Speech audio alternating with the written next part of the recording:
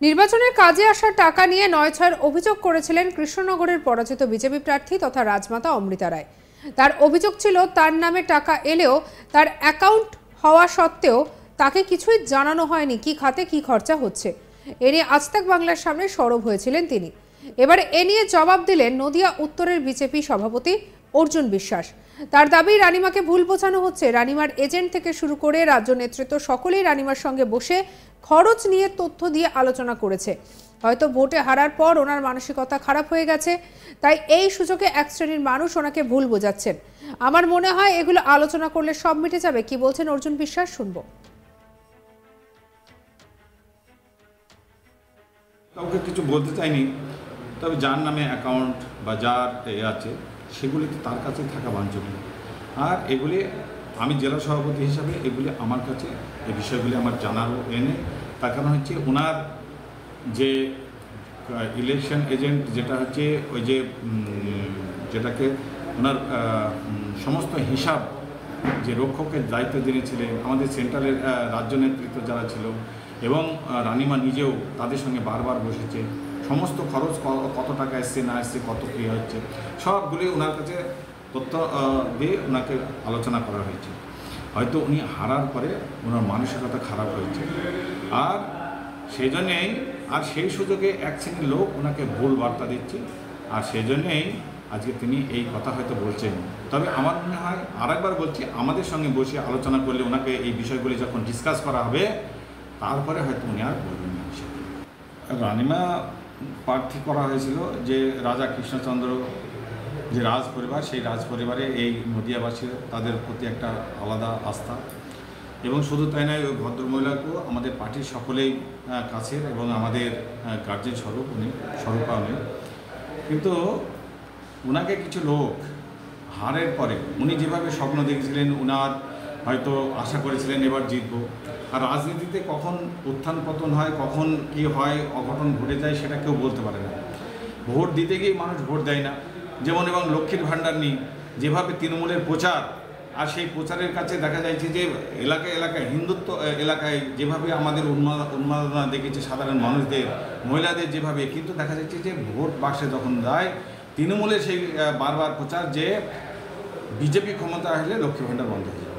এই যে তাদের মধ্যে একটা আতঙ্কের কাজ করেছে, তাই তার স্বামীরাও জানে না অনেক মহিলারা গিয়ে তৃণমূলে ভোট দিচ্ছে। এটা একটা পার্ট। দ্বিতীয় পার্ট হচ্ছে সিএনই। মমতা ব্যানার্জি যেভাবে এনআরসি এবং ডিডাকশন ক্যাম্পের কথা বলেছে, মুসলিম সমাজকে এক করে দিচ্ছে, এবং তাতে মুসলিম আমরা দেখলাম চাপড়া, কালীগঞ্জ, নাকাশিপাড়া, পলাশিপাড়া, যেভাবে মুসলিম অধ্যুষিত এলাকাগুলি একচেটিয়া ভোট একদম তৃণমূলের বাক্সে পড়েছে। সেই জন্যে আজকে এই ঘটনা আমাদের ঘটেছে।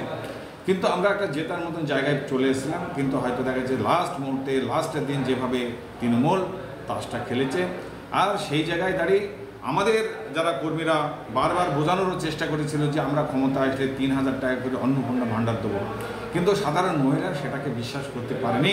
যেহেতু রানিং যেটা পাচ্ছে সেটাকে গুরুত্ব দিচ্ছে বলে আজকে অন্তত 10% থেকে 20% ভোট, মহিলা ভোট আজকে তৃণমূলের বাক্সে সুইং করছে। আজকে সেই ভোটে আমরা হার। কিন্তু রানিমা মনে করেছিলেন যে সাধারণ মানুষ যেভাবে জনজোয়ারে রাস্তাঘাটে যেভাবে মিছিলে এসে, তাতে দেখা যাচ্ছে রানিমা মনে করেছিলেন জিতব, কিন্তু দেখা যাচ্ছে হয়তো 4 তারিখের পরে আমরা হেরেছি। হারের আরেকটা কারণ হচ্ছে যে ইভিএম যেটা হচ্ছে কাউন্টিং হলের মধ্যে আমরা দেখেছি ইভিএমের 92, 93 এবং 95% পর্যন্ত যেটা চার্জ রানিমা নিজেও দেখেছেন, কমপ্লেন করেছেন। ডিএম সাহেব কোনো কর্ণপাত করেনি। অনেক জায়গায় দেখা যাচ্ছে আমাদের এজেন্ট মুসলিম এলাকায় ছিল না, সেখানে আমাদের ডুপ্লিকেট সই করা হয়েছে, সেটা কমপ্লেন করা হয়েছে।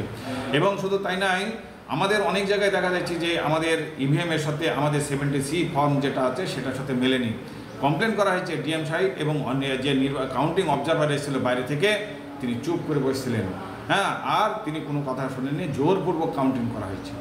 আজকে সেই জায়গায় দাঁড়িয়ে এই যে এগুলি হারের কারণ রানিমা নতুন রাজনীতিতে, সেই জন্য হয়তো তিনি এটা বুঝতে পারছেন না।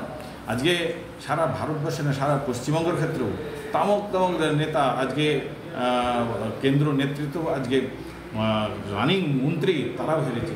পাশের জগন্নাথ সরকার 100% হিন্দু এলাকা সত্ত্বেও সেখানে আজকে 60,000-এর উপরে ভোট তার মানে ডেফিসিট হয়েছে।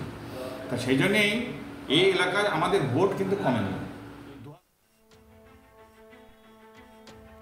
আর এদিকে পরাজিত বিজেপি প্রার্থী অমৃতা রায় কি বলেছেন শোনাবো।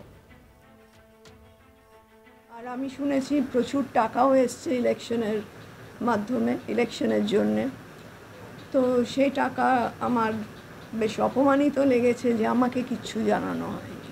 তারা নিজেদের মতো খরচা করেছে বা নিজেদের ডিসিশনে খরচা করেছে, আমি কিছুই জানতে পারিনি।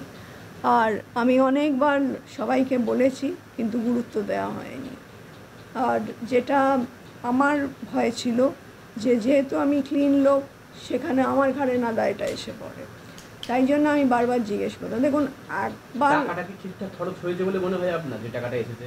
দেখুন আমি তো কিছু জানি না টাকা নিয়ে, এখন কোথায় কি খরচা হয়েছে বা হয়নি সেটা আমি বলতেই পারবো না। সোশ্যাল মিডিয়ায় দেখা যাচ্ছে যে একটা চুরির অভিযোগ তোলা হচ্ছে না? হ্যাঁ, আমিও দেখেছি সেটা, কিন্তু যদি হয় আমি আর খুব লজ্জিত। আর কি বলবো, পার্টির হয়ে আমি লজ্জিত। এমনকি বিরোধী দলের কাছ থেকেও টাকা নেওয়ার একটা অভিযোগ উঠছে, যেখানে বলা হচ্ছে যে বিরোধী দলের কাছ থেকে বিজেপি। আর এদিকে আমাদের কলিগ নিলয় ভট্টাচার্যের কি রিপোর্ট দেখুন। কৃষ্ণনগর লোকসভা কেন্দ্র হাতছাড়া হওয়ার পর বিস্ফোরক কৃষ্ণনগরের বিজেপি প্রার্থী রাজবাধা অমৃতা রায়। অর্থাৎ ইতিমধ্যেই তিনি বিজেপির উত্তরের জেলা সভাপতি অর্জুন বিশ্বাসের বিরুদ্ধে সরব হয়েছেন। ইতিমধ্যেই তিনি অভিযোগ করেছেন নির্বাচন খাতে কত টাকা এসেছিল তিনি জানেন না। অর্থাৎ রাধিমা রাজবধূ অমৃতা রায়কে অন্ধকারে রেখে তাকে ব্ল্যাঙ্ক চেকে সই করিয়ে নেওয়া হয়েছে বলে অভিযোগ করেছেন তিনি।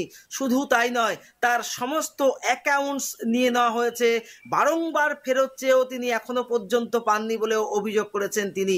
শুধু তাই নয়, এই হারের পেছনে এই অর্জুন বিশ্বাসী পুঙ্খানুপুঙ্খভাবে দায়ী বলেও তিনি মন্তব্য করেছেন।